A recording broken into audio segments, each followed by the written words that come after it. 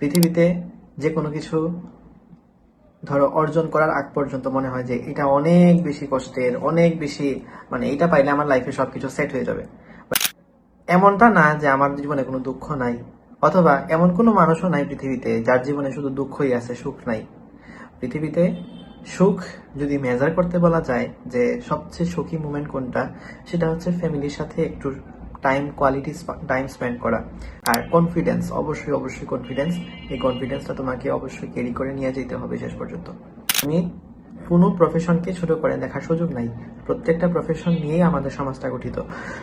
অবশেষে মেডিকেল ভর্তি পরীক্ষা 2025 চলে আসলো, এবং এই মুমেন্টটা অনেক অনেক বেশি স্ট্রেসের, অনেক অনেক বেশি টেনশনের, অনেক অনেক বেশি প্রেশারের। তুমি হয়তো তোমার আত্মীয় স্বজন, তোমার ফ্যামিলি, তোমার বন্ধু বান্ধব, তোমার টিচার, অনেকের অনেক স্বপ্নকে লালন করতেছো, এবং সেই স্বপ্নের প্রেশারে নিজেকে আরো বেশি নিমজ্জিত করে রাখছো। তুমি এই প্রেশারটা নিবা না কোনোভাবেই। তুমি only fight for your self.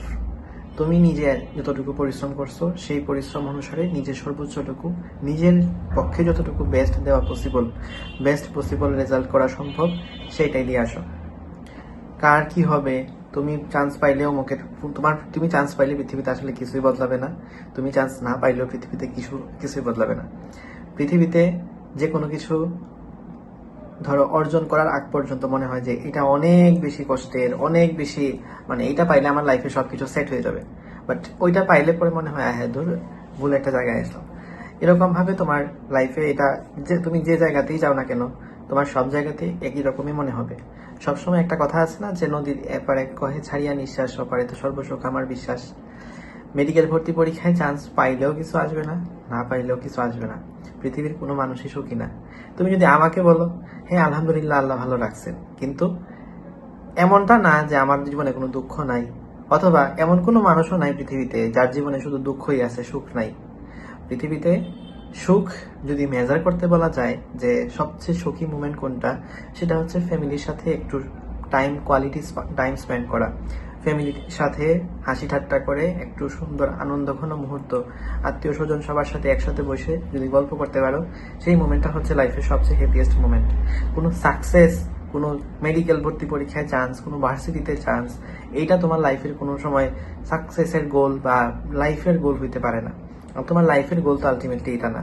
তুমি জাস্ট একটা নিজের সামনের যে জীবনটা আছে সেটাকে সিকিউর করার জন্য এই যে ভর্তি পরীক্ষা, সেটার জন্য এতটুকু কষ্ট করেছো। বাট বিশ্বাস করো, তোমাকে নিয়ে ভাবার মতো পৃথিবীতে আসলে কেউ নাই। হয়তো তোমার ফ্যামিলিটা আশেপাশে দুই একজন মানুষ ভাবতে পারে, তুমি যদি চিন্তা করো যে আয় হাই, আমি তো অমুক কোচিং এ যিনিতে টপ করতাম, প্রতি পরীক্ষা ফার্স্ট হইতাম, এখন হচ্ছে আমি যদি চান্স না পাই তাহলে তো ভাই কি বলবে, বা বাকিরা যারা স্টুডেন্টরা আমার পিছনে ছিল তারা কি বলবে। লিটারেলি ডাজন্ট ম্যাটার, তোমার নিয়ে কেউ ভাবতেছ না। পৃথিবীতে মানুষের মধ্যে এত পরিমাণে টেনশন, আমি লাস্টে 2 দিন ঘুমাইতে পারি নাই। বিভিন্ন পরীক্ষা, আমার তো প্রফ চলতেছে, এছাড়া তোমাদের বানাইতে হইতেছে, তোমাদের গ্রুপ সামলাইতে হইতেছে, পেইড গ্রুপ আছে। তো আলটিমেটলি আমার কিন্তু জীবনে যে ধরো অনেক অনেক কাজ, এখানে পার্টিকুলারলি একজন মানুষের নিয়ে ভাবা, এইটা পৃথিবীর কোনো মানুষের জন্য, কোনো বেকার মানুষ পর্যন্ত তোমাকে নিয়ে ভাববে না।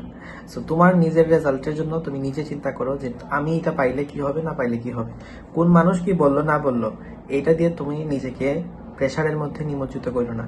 যত প্রেশার নিবা তত বেশি তুমি লস করবা। মেডিকেল ভর্তি পরীক্ষা হচ্ছে যত কুল ভাবে তুমি পরীক্ষা দিতে পারবা, তত তোমার সাকসেসের সম্ভাবনা, তত তোমার উইন হওয়ার পসিবিলিটিটা সবচেয়ে বেশি। ভর্তি পরীক্ষার দিন যখন হলে প্রবেশ করতেছো, তখন একটা হাসি দিয়ে, স্মাইল দিয়ে ভর্তি পরীক্ষা দিবা, যেন তোমার আশেপাশে যে বন্ধুগুলো আছে, বা বন্ধু না হোক এক্সাম মেট যারা আছে, তারা যেন তোমাকে দেখলে ভয় পায়, আয় হায় এত বেশি হাসতেছে, অত মনে হয় সব পারে। এরকম ভাবে তোমারে দেখলে যেন মানুষের ভয় লাগে যায়, এরকম ভাবে থাকার চেষ্টা করবা, নিজের স্মাইলটা বজায় রাখবা। অবশ্যই ভর্তি পরীক্ষায় এত আয় হায়, ভর্তি পরীক্ষা দিতে পারতেছে, আল্লাহ ভর্তি পরীক্ষা কেমনে যে দিব, আল্লাহ যদি একটা না পারি তাহলে কি হবে, যদি না চান্স পাই, এভাবে যদি তুমি ভুক করতে থাকো, তাহলে তুমি আসলে চান্স পাবে না। কারণ ভর্তি পরীক্ষা হচ্ছে preparation is all about your strategy, revision and confidence. Revision যা দেওয়ার অলরেডি দিছো, স্ট্র্যাটেজি যা মেক করার সেগুলা তো আমার আরেকটা পার্টিকুলার ভিডিও আছে, ভর্তি পরীক্ষা কিভাবে দিবা একদম আগের রাত থেকে ভর্তি পরীক্ষার দিন সকাল একদম পরীক্ষা পর্যন্ত এই টাইমটা একটু দেখে নিবা। আর কনফিডেন্স, অবশ্যই অবশ্যই কনফিডেন্স, এই কনফিডেন্সটা তোমাকে অবশ্যই ক্যারি করে নিয়ে যেতে হবে শেষ পর্যন্ত। হার্ড ওয়ার্ক, তুমি অনেক অনেক কষ্ট হয়তো করছো তোমার লাইফে, গত 2 বছর হোক 20 বছর হোক, হয়তো তুমি লাইফে এমন কোনো দিন ছিল না যেটার জন্য তুমি ফাঁকি দাও নাই, মানে এমন কোনো দিন নাই যেটার জন্য তুমি ফাঁকি দিছো, অর্থাৎ অলওয়েজ তুমি তোমার পরিশ্রমটুকু কন্টিনিউ করে গেছো। বাট স্টিল হইতে পারে মেডিকেল ভর্তি পরীক্ষার দিন তোমার চান্সই হইলো না, হইতেই পারে। কারণ তোমার যে চান্স হইলো না এটা এমনটা না যে তোমার লাইফে এটা ব্যর্থতা, তোমার লাইফে আল্লাহ এটা তোমার জন্য লিখে রাখেন নাই, তোমার তাকদিরে এটা নাই। হইতে পারতো তুমি মেডিকেলে চান্স পাইছো, হইতে পারতো মেডিকেলে চান্স পাওয়া যাওয়ার পর তোমার রেজাল্ট খারাপ হয়েছে, রেজাল্ট খারাপ হয়ে এমন ডিপ্রেশনে পড়ছো যে তুমি আত্মহত্যা করে মরে গেছো। অথবা তুমি ভালো ডাক্তারই হইছো, হওয়ার পরে এমন একদিন এমন ঝামেলা ঘটলো রাজনৈতিকভাবে, তুমি গেলা ফেসে, তোমার নিয়ে গেল জেলে। অথবা তুমি হয়তো মোটামুটি লেভেলের ডাক্তার হইছো, তুমি কোনো এক রোগীর সাথে মানে রোগীর কারণে মানে ফেসে গেছো, আলটিমেটলি রোগী মারা গেছে এবং তোমার ধরে মানুষ মারলো। এইটা ঘটার চেয়ে তুমি যদি একটা নিজের ব্যস্ত মানে নিজের একটা সুন্দর লাইফ, যেটা তোমার ফ্যামিলির, তোমার বাবা তোমার মা যেটা লিড করতেছেন ওরকম ভাবে যদি নর্মাল লাইফ লিড করো তাতে তো খুব বেশি অসুবিধা নাই। এমন না যে তুমি ডাক্তার হলে লাইফে সবকিছু পেয়ে যাবা, আর ডাক্তার না হলে লাইফে কিছুই পাবা না।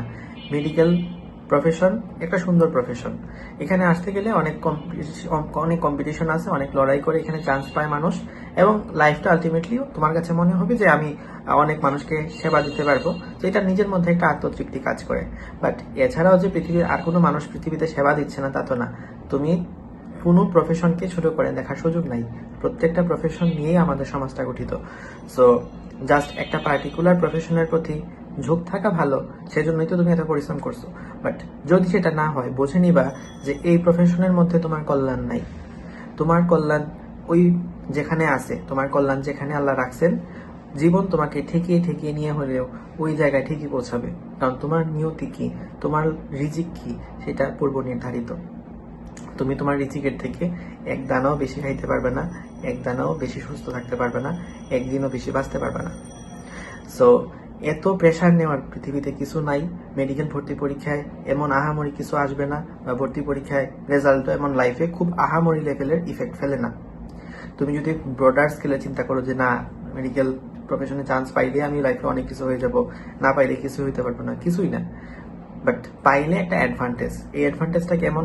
ধরো ট্রেনের টিকিটের কথা চিন্তা করতে পারো, অথবা যারা ঢাকা শহরে আসো হয়তো মেট্রোতে জীবনে একবার হলে উঠছো, তারা জানো যে মেট্রোতে কিন্তু অনেক ফাস্ট যাওয়া যায়। সাপোজ তুমি হচ্ছে ব্রাহ্মণবাড়িয়া যাবা, তুমি আসো এখন উত্তরা, তোমার কাছে কি সুযোগ আছে? তোমার কাছে সুযোগ আছে তুমি মেট্রোতে উত্তরা থেকে মতিঝিল হয় কমলাপুরে আসলা, এসে সেখান থেকে ট্রেন দিয়ে চলে যাবা ব্রাহ্মণবাড়িয়া। অথবা তোমার কাছে সুযোগ আছে তুমি বাস দিয়ে মতিঝিল এসে তারপর কমলাপুর যাবা। অথবা সুযোগ আছে তুমি বাস দিয়ে, রিক্সা দিয়ে, হেঁটে কোনো না কোনো ভাবে শেষ পর্যন্ত ব্রাহ্মণবাড়িয়া যাবা। তো তুমি যদি উত্তরা থেকে মতিঝিল এই মেট্রোটা তুমি পেয়ে যাও কোনোভাবে, ধরো এখন বাজে 9:30, 9:30-এর সময় লাস্ট মেট্রোটা ছাড়ছে উত্তরা থেকে মতিঝিলের দিকে, তো এই মেট্রোটা যদি তুমি পেয়ে যাও তাহলে তোমার জন্য সুবিধা যে তুমি তাড়াতাড়ি পৌঁছাইতে পারবা, তোমার জন্য খুব বেশি কষ্ট করা লাগবে না, তুমি বসে বসে আরামসে কমলাপুর গেছো, কমলাপুর থেকে তারপরে আবার কিন্তু এত সহজ না, ট্রেনেও তোমাকে এখানে সিটটা পাইতে হবে, ট্রেনেও ঠিক টাইমে যাইতে হবে, এটা কিন্তু পরবর্তীতে আরো একবার রয়ে গেছে।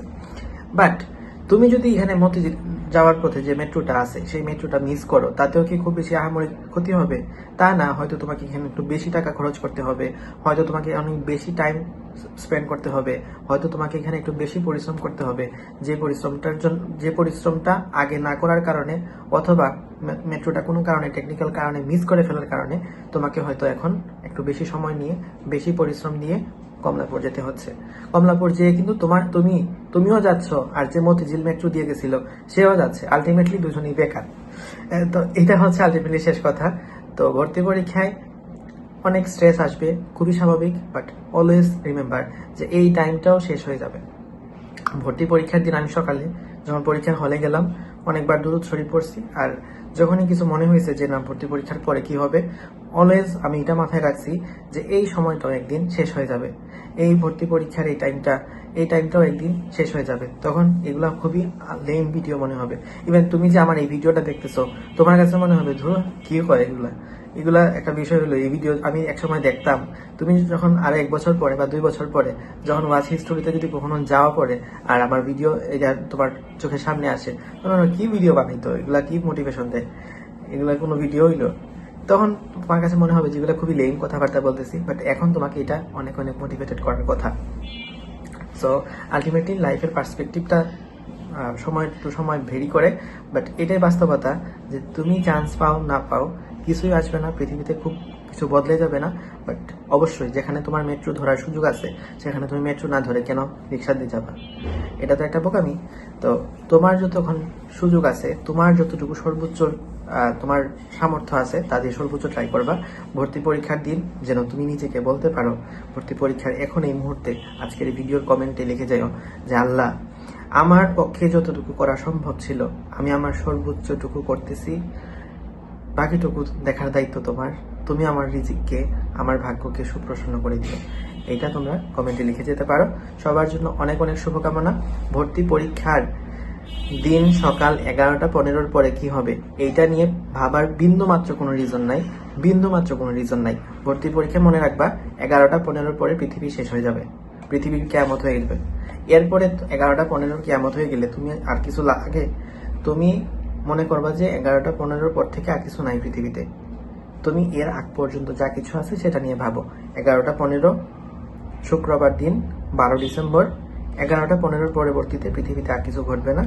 11:15 আগ পর্যন্ত যা কিছু করতেছে এটার প্রতি ফোকাস দাও, এবং আশা করতেছি ইনশাল্লাহ সবচেয়ে বেস্টটাই নিয়ে আসবা।